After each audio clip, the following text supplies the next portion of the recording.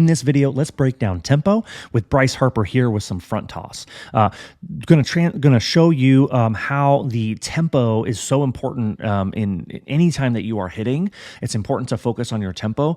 Tempo is defined, how I define it, as heel up to heel down. So from heel up, which is going to be depending on how you set up in your stance. Some people set up on the toe and their heel is already up, in which case it would just be the first move from that position. But let's just pretend everybody's got their heel down to start.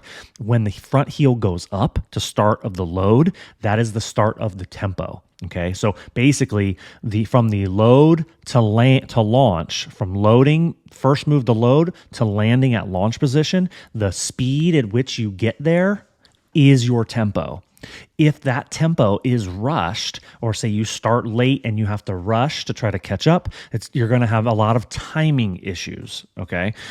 Tempo is a huge piece of the approach and a huge piece to being a consistent hitter in the box.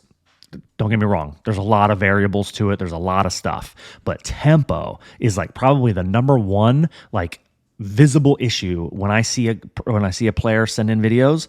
Tempo is like pretty much at the top of the list of things that they need to work on before thinking any specific mechanics. If you can get a better tempo, improve your tempo, you will clean up mechanics simply by doing that. So there's no point in adjusting mechanical pieces if we can at least get our tempo down.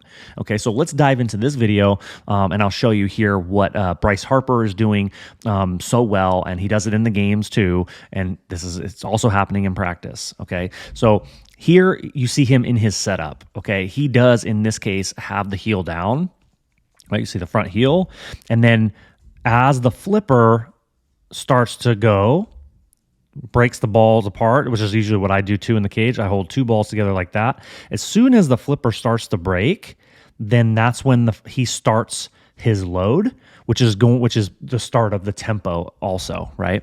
And so now he does a little tap back in this video.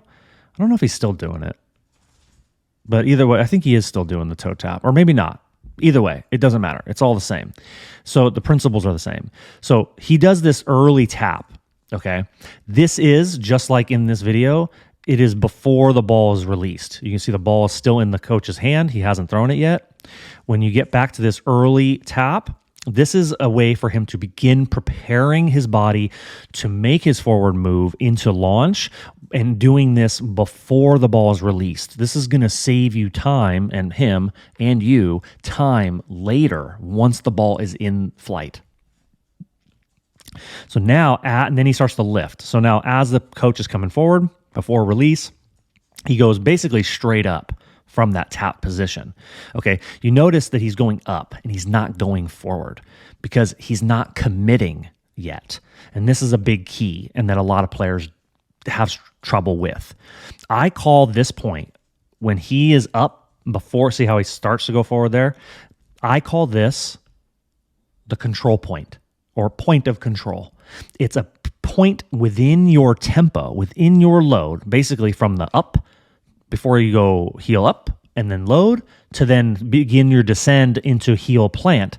I call this point control point, because there has to be some level of control, almost like a pause without a pause. If he can be in control in this position, then he is going to be able to see the ball better out of the hand, but then he's also going to be able to make a much more controlled and calculated move to the ball, not to the ball, into launch. Big difference, okay? Now you see, watch how precisely his forward movement starts when the ball comes out of the pitcher's or the flipper's hand. This coincides perfectly with how it goes in the game. And I see this at the MLB, college, high school, little league, like fast pitch softball, literally every fast pitch level, this point shows up repeatedly when a hitter has a good result. Right? These are the ingredients of those good results. Line drives, hard contact, doubles, homers, all that good stuff. Now, as the ball's flipping, that's when the forward move is happening. Move into launch. And you can see he doesn't like get really shifty. He's kind of just reaching almost like a reach with the front foot. Notice the back hip as he's going forward, he maintains the angle with his hips. His hips are closed. He's anchored down in his back leg. All right, so this kind of holds. Why can't I draw? The back leg, you could see, kind of holds where it's at. And then as he's getting into launch, he is launching. And then there's that opposite field gap approach. Okay, so good tempo will lead to good timing. This is the tempo that we're trying to shoot for in our training. When you're hitting off the tee, you want to simulate having good tempo, that pause, that control at the peak of your load. When you are fully loaded, before you make a forward move, we want to control that spot. That is when the ball is getting released. So don't rush off the tee, everyone. Slow and controlled, simulate this move. Again, you see that he kind of hovers for like a couple frames right at that spot. And now as the ball's in flight, he can make his move and he can fire his swing with good direction, posture, all that good stuff. Anyways, hopefully this was helpful to clarify a little bit on tempo. Tempo leads to good timing. I'll see you in the next one. Are you a highly dedicated baseball or softball hitter that wants to play at the next level but understands that the mental game is the missing link and the key to your success and reaching your full potential? And you'd like my help?